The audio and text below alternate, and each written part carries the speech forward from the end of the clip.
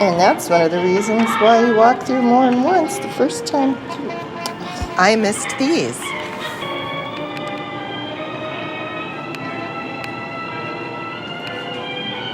Now, there's a way up the steps inside, too, from the illustrator's room, but I'm going to take the outside stairs this time because I haven't taken them before.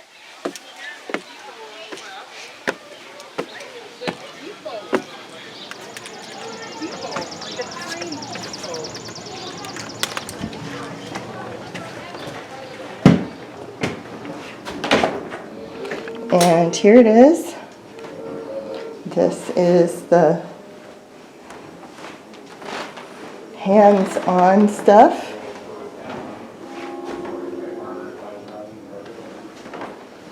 Looks like they have some games to play.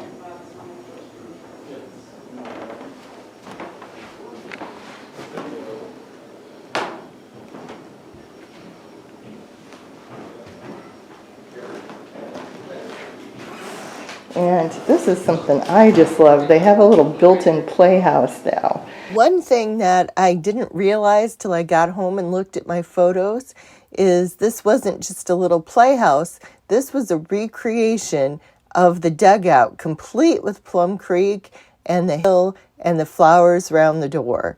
And I just can't believe I missed it the first time because it is too perfect. How awesome is that? I mean, I just love that. It's got a little stove.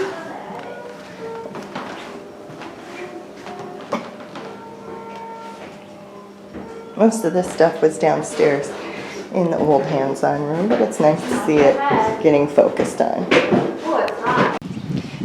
All right, across the street from the main museum is the Master's Store and Hall. The Master's Hotel was knocked down because it was in bad shape, and I had this marked as the Master's Hotel because I had been told the wrong thing, but it is indeed the store and hall. And I'm not entirely sure whether it's actually open or not. We will see.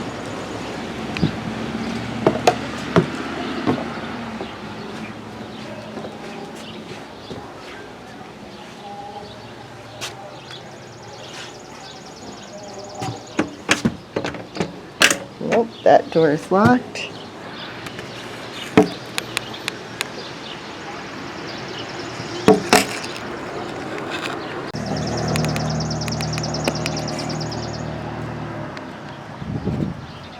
My camera batteries died, and so the rest of this video is going to be me talking about what happened with some photos. It's Sunday morning, you can tell by the different t-shirt, and just want to give a quick summary about what happened yesterday. So being a half hour away, like I said, is not great.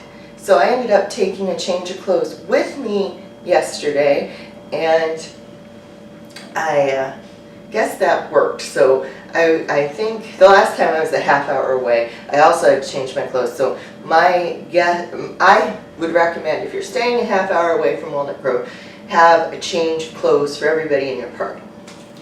Also, after that would be jumping ahead. So yesterday morning I got there, I think about 9 o'clock, and I had breakfast at Nellie's Cafe. Did a little filming because not much opens in Walnut Grove before 10. Oh, though you could do the waiting earlier because that's dawn to dusk basically.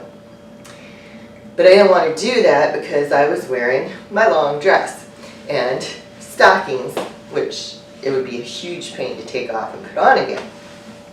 I also drove out to the pageant grounds. They were shut up, so I didn't go in, but I did so I did stop to take a little video from there, thinking I'd be fine. Clearly there was nobody around, and right behind me, when I finished, was the food truck that was coming out for the cast reunion that night. And I'm like, this early in the morning? So I was having to deal with this trailer first and backed up and got away. And if you're watching whoever was driving it, I'm sorry, I thought I was going to be good. Next up, I stopped at Fond Memories that used to be antiques and scrapbooking and now is mostly scrapbooking, pretty much exclusively. If you do scrapbook and you're doing your Laura trip, go over to Fond Memories and they have a selection of pages that you can get that have Walnut Grove settings. I drove and followed the map and viewed each one of the sites and took film of it, with the most prominent one of those being the Paz Bell in the English Lutheran Church.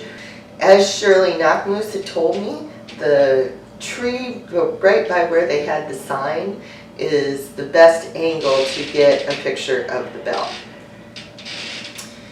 Then I went and got set up for my program, which I was speaking at 12:15, and I did my pioneer version of Laura in the Kitchen. And I have to remember I need at least a half hour for setup because that's just too much stuff.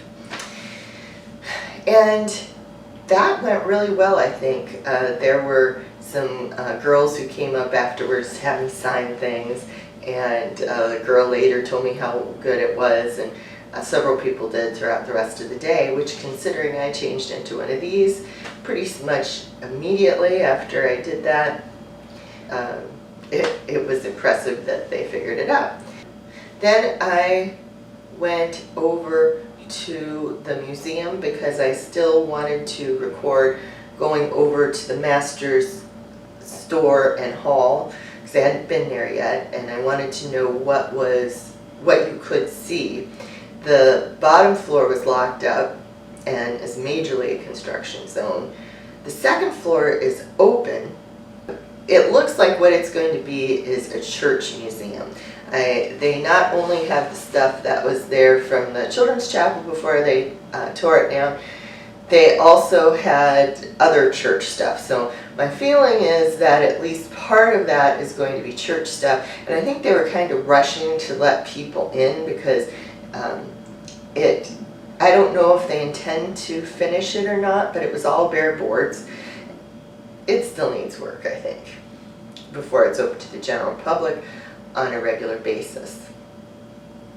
But you can get in there, and it has a balcony, and the balcony is a lovely shot for photos. So make sure you get a chance to take that, and if there had been a person, I would have run up and got a picture taken. I really am going to have to do that. After that, I went over and had a pageant supper. As I say, it's a different group every night, and this was the Lion Club, and I liked their food better, and they had some lovely pies, which I should not have eaten.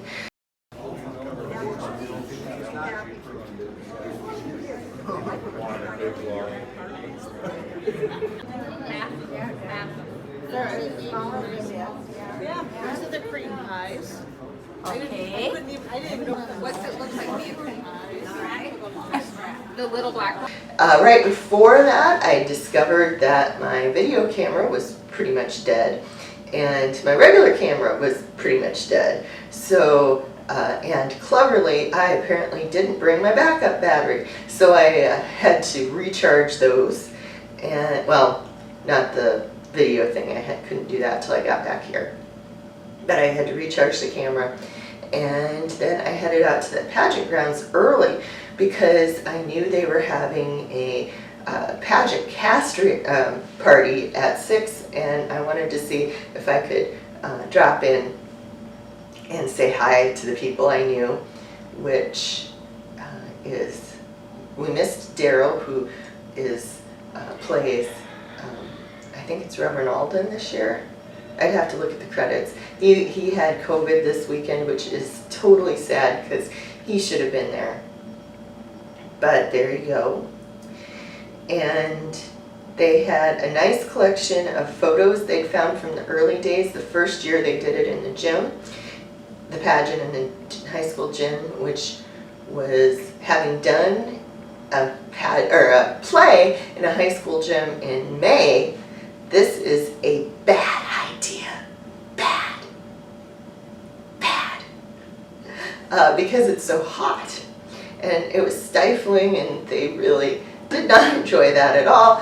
And they had lost a bunch of photos from that early time because one of the local papers, who had a lot of pageant pictures, the building next door burned, and despite the fact that the fire didn't spread, it didn't spread much. There was a whole lot of water damage from coming in, and those prints were destroyed. And having dealt with photos that got water on them, that is just a terrible thing. You can't really get them apart without damaging them, and if they were stacked up like this instead of like this, I don't think you'd had much in the way of a chance to clear them up, and even if you had at the time, it probably wouldn't have been all that valued. So they lost all those pictures, but they managed to find some.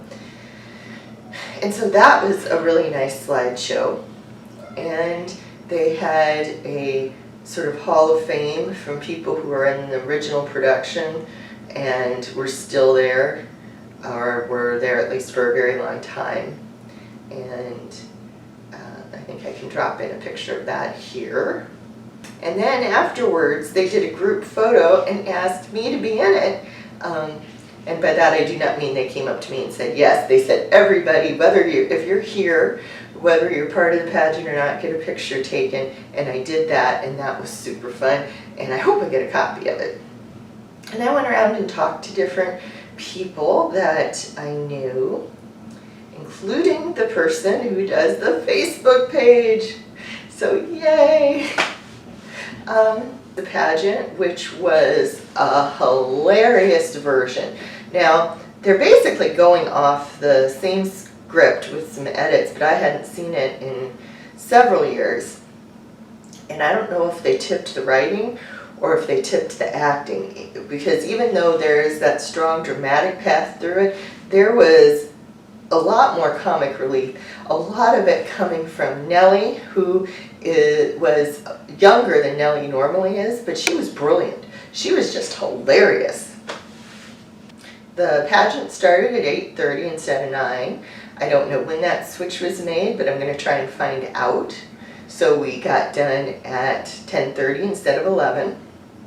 And then I went in to speak to the cast, because after the pageant, they opened up the stage area for you to come in and ask for autographs or talk to the actors, which is always really nice.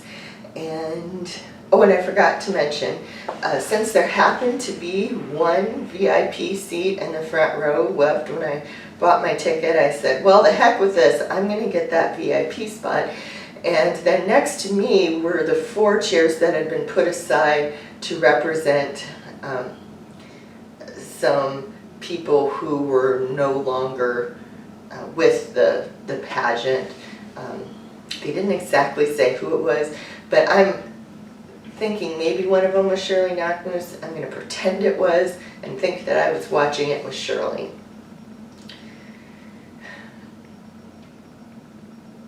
I miss Shirley.